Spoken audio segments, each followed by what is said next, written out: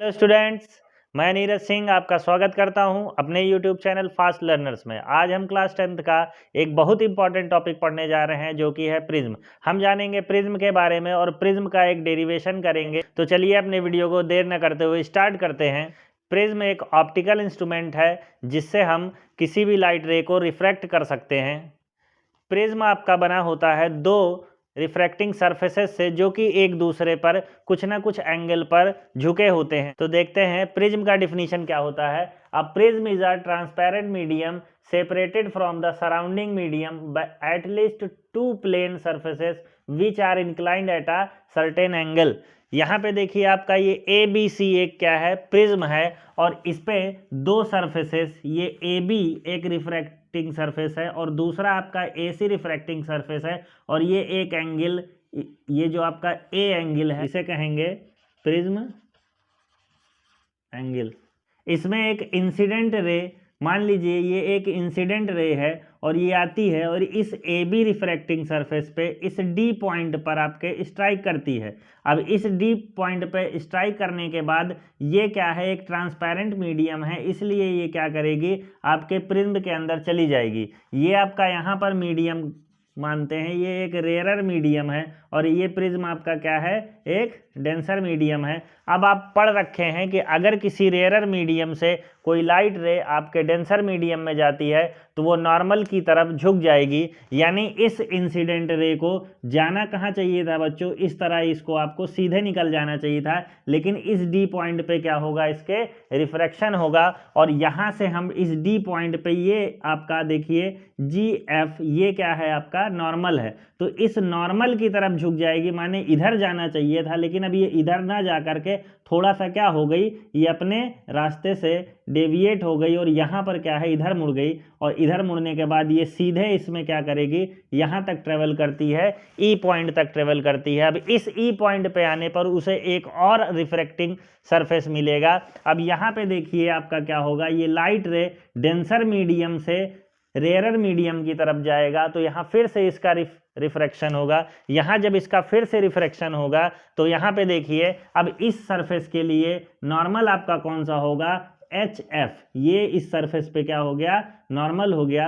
और अब आपकी जो रे रहेगी ये डेंसर मीडियम से रेयरर मीडियम की तरफ जाएगी, तो ये क्या आपके नॉर्मल से क्या हो जाएगी, अवे हट जाएगी। इसलिए यहाँ से देखिए इसको जाना कैसे चाहिए था, सीधे जाना चाहिए था, लेकिन ये नॉर्मल है तो सीधे ना जाकर के क्या है, आपके नॉर्मल से थोड़ा सा दूर हट गई। अब यहाँ पर हम मानते हैं कि ये रे आपकी इस नॉर्मल से I1 इंसिडेंट एंगल बना रही थी, फिर यहाँ पर ये नॉर्मल से ये रिफ्रैक्ट हुई तो इसलिए रिफ्रैक्टेड एंगल R1 बनाती है, यहाँ पर फिर से रिफ्रैक्ट हुई तो इस नॉर्मल से ये एंगल आपका R2 बनाती है, और इसे हम कहते हैं इमर्जेंट रे, जो आपके बाहर जा रही है। इस डेरिवेशन में हम मान लेते हैं कि मिनिमम डिफ्लेक्शन के लिए इसका निकाल रहे हैं फॉर्मूला, तो मिनिमम डिफ्लेक्शन के लिए कोई इंसिडेंट रे जितने एंगल पे जाती है उसी एंगल पे, यानी ये बाहर आना चाहिए। इसका मतलब अगर इसे आप इंसिडेंट एंगल आई मान रखे हैं तो इसे भी आपको क्या है, आई मानना पड़ेगा। यहाँ 1 है फॉर सरफेस 1 एंड यहाँ 2 है फॉर सरफेस 2। तो अब चलिए हम इस प्रिज्म के लिए रिफ्रैक्टिव इंडेक्स का फॉर्मूला डिराइव करेंगे। सबसे पहले बच्चों आप ये देखिए कि ये अगर आपका एंगल I1 है, ये वाला एंगल आपका I1 है, तो ये पूरा एंगल आपका जो होगा ये भी आपका क्या होगा, I1 होगा, क्योंकि वर्टिकली अपोजिट एंगल है। तो ये पूरा आपका I1 हुआ तो ये भी I1 हुआ, लेकिन इस एंगल में से इतना आपको ये वाला जो एंगल है ये R1 दे रखा है, इसलिए अगर इस एंगल को निकालना हो तो क्या होगा, I1 माइनस R1। इसी तरह सेम टू सेम इधर आप देखिए, ये एंगल आपका क्या है, I2 है, तो ये पूरा एंगल आपका क्या होगा, ये भी आपका I2 होगा। इसमें से इतना हाफ एंगल आपका R2 दे रखा है, तो ये I2 माइनस R2 हो जाएगा। ठीक है, अब इस पे यहाँ पर आप देखिए जरा, इसको मैं अलग से बना के दिखाता हूँ, कुछ इस तरह का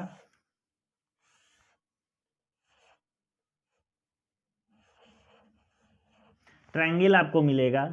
यहाँ पर आपको I1 माइनस R1 दिख रहा है और यहाँ I2 माइनस R2 दिख रहा है, ये वाला इस पोर्शन को देखिए, यहाँ पे अगर हम ट्रायंगल के exterior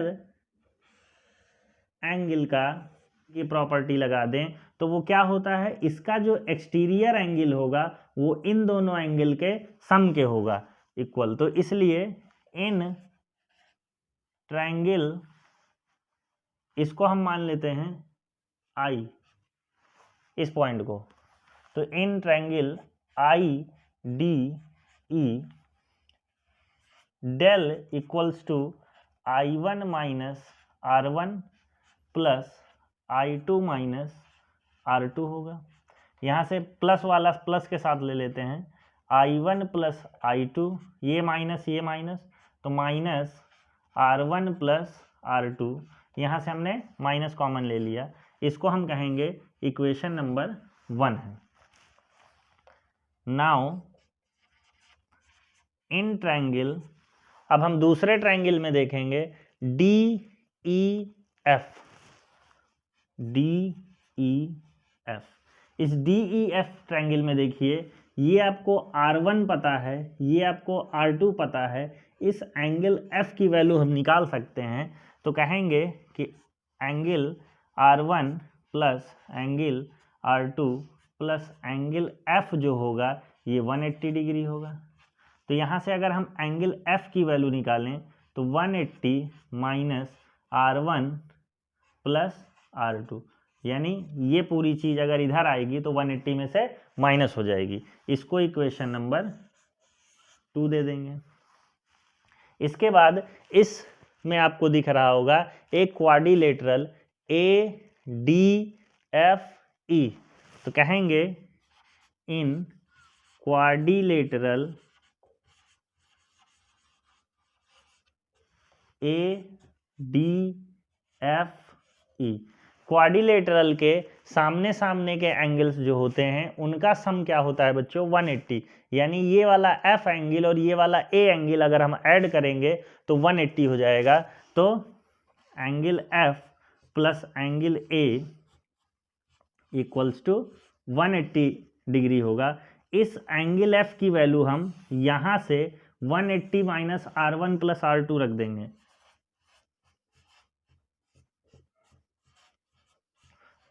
angle A equals to 180 degree, यहाँ से ये 180 डिग्री से कैंसिल हो गया, तो यहाँ से A इक्वल्स टू आएगा R1 प्लस R2, इसको इक्वेशन 3 दे देंगे। अब इसमें हम मिनिमम डेविएशन के लिए अज्यूम करेंगे, तो लिखेंगे फॉर मिनिमम डेविएशन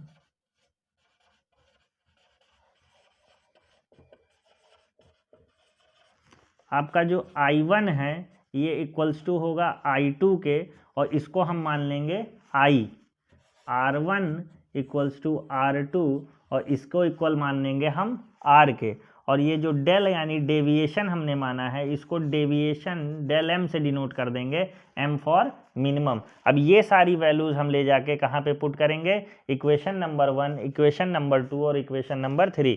तो यहाँ पे देखिए फ्रॉम इक्वेशन 3 हमें क्या मिलेगा, यहाँ पे A इक्वल्स टू R1 की जगह R रखेंगे, R2 की जगह R रखेंगे तो 2R हो जाएगा। This implies that R equals to A by 2। इसके बाद हम इक्वेशन नंबर 1 पे जाएंगे। From equation 1 del equals to I1 plus I2 की जगह पर I प्लस I होगा तो ये 2I हो जाएगा, माइनस ये R1 प्लस R2 की जगह पर बच्चों देखिए यहाँ पर R1 प्लस R2 की जगह पर क्या आ जाएगा, आपका A आ जाएगा, क्योंकि इक्वेशन नंबर 3 में R1 प्लस R2 की जगह A है, तो यहाँ पर हम लिख देंगे A और इसको डेल M कर देंगे। तो यहाँ से अगर हम निकालें 2I की वैल्यू तो डेल M प्लस A हो जाएगा, ये वाला A आके इधर प्लस हो जाएगा, तो I की वैल्यू आपकी del M plus A by 2 होगा। अब हम बच्चों बाई स्नेल्स लॉ क्या कहता है, वो कहता है अगर म्यू इसका रिफ्रैक्टिव इंडेक्स है तो sine I upon sine R होगा। तो यहाँ से देखिए mu equals to sine I की वैल्यू बच्चों क्या है, del M plus A by to,